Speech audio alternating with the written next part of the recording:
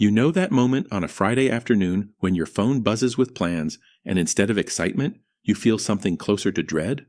Not because you dislike the people, not because something is wrong with you, but because some quiet part of you is already imagining the couch, the silence, the evening that belongs entirely to you. If that sounds familiar, stay with me. Because what most people call antisocial, science calls something far more interesting. Let's start with something society never quite says out loud. There is a version of a full life that doesn't look like the one you see on social media. No rooftop bars, no crowded birthday dinners, no weekend road trips with 12 people and one bathroom. Just a home, a familiar space, a person alone, and somehow completely at peace. The world has a word for this kind of person, homebody, and the way it gets used, you'd think it was a diagnosis, something to outgrow, a personality flaw wearing the costume of a preference. But here's what the psychology actually says. Why some people are wired for stillness. Every human nervous system has what researchers call an optimal arousal level. Think of it as your brain's preferred volume setting. Some people need it loud to feel alive. They chase novelty, stimulation, crowds. Their brain lights up in chaos. Others, and you might be one of them, function best when the volume is turned down. Their nervous system isn't broken or underdeveloped. It's simply more sensitive. It picks up more, processes more deeply, gets saturated faster. Psychologist Elaine Aron spent decades studying this. She found that roughly 20% of people have a highly sensitive nervous system, meaning they process sensory and emotional information at a deeper level than most. Loud restaurants aren't just annoying to them, they're genuinely overwhelming. Small talk doesn't feel neutral. It feels draining in a way that's hard to explain to someone who's never felt it. And here's what's important to understand. High sensitivity is not a disorder. It's not shyness. It's not anxiety, although it can sometimes travel alongside both.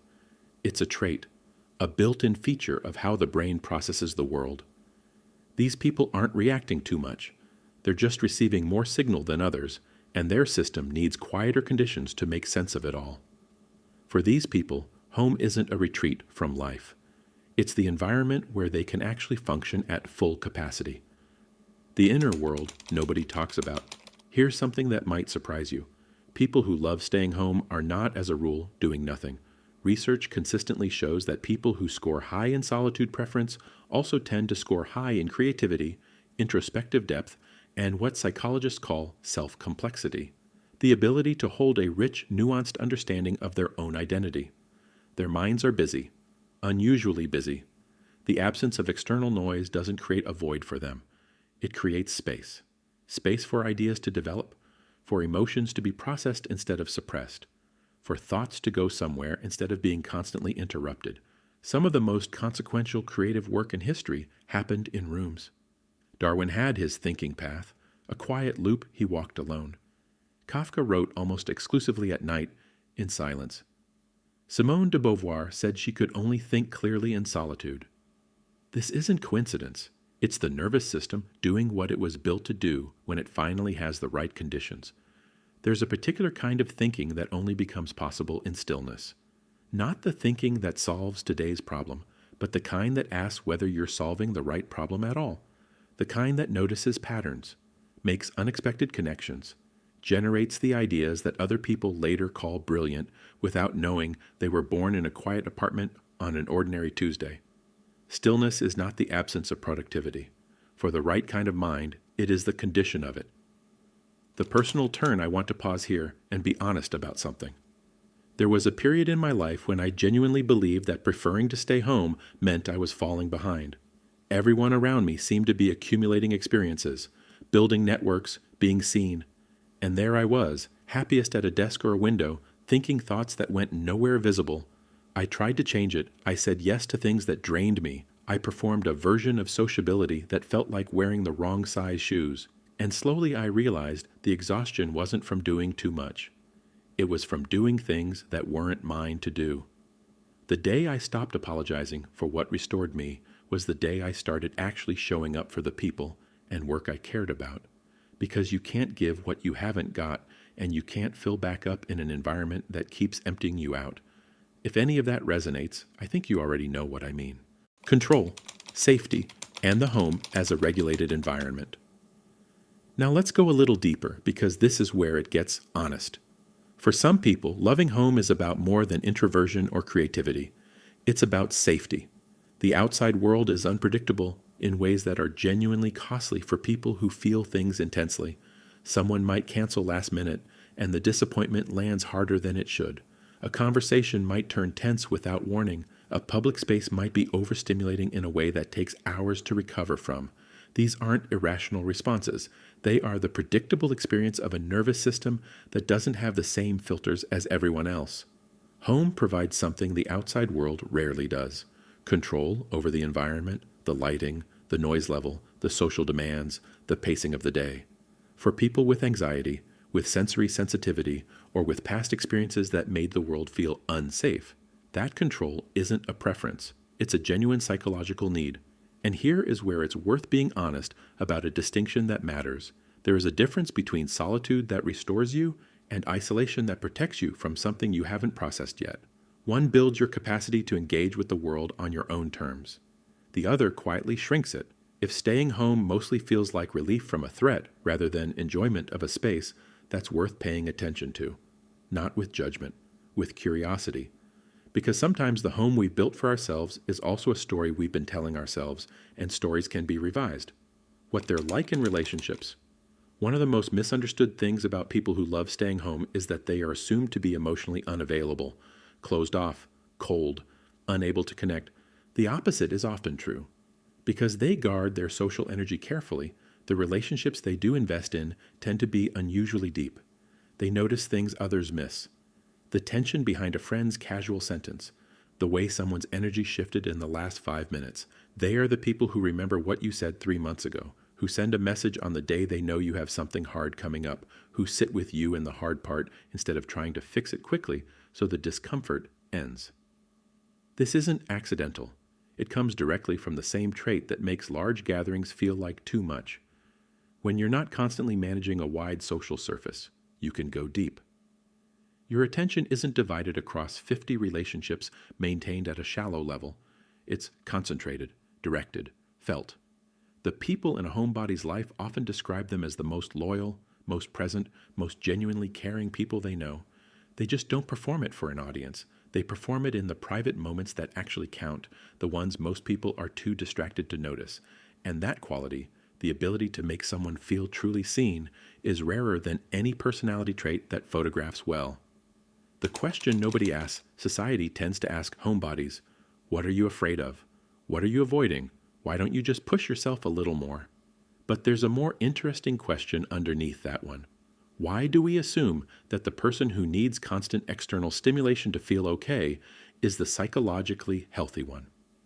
Psychologists distinguish between two states that look similar from the outside but feel completely different from the inside.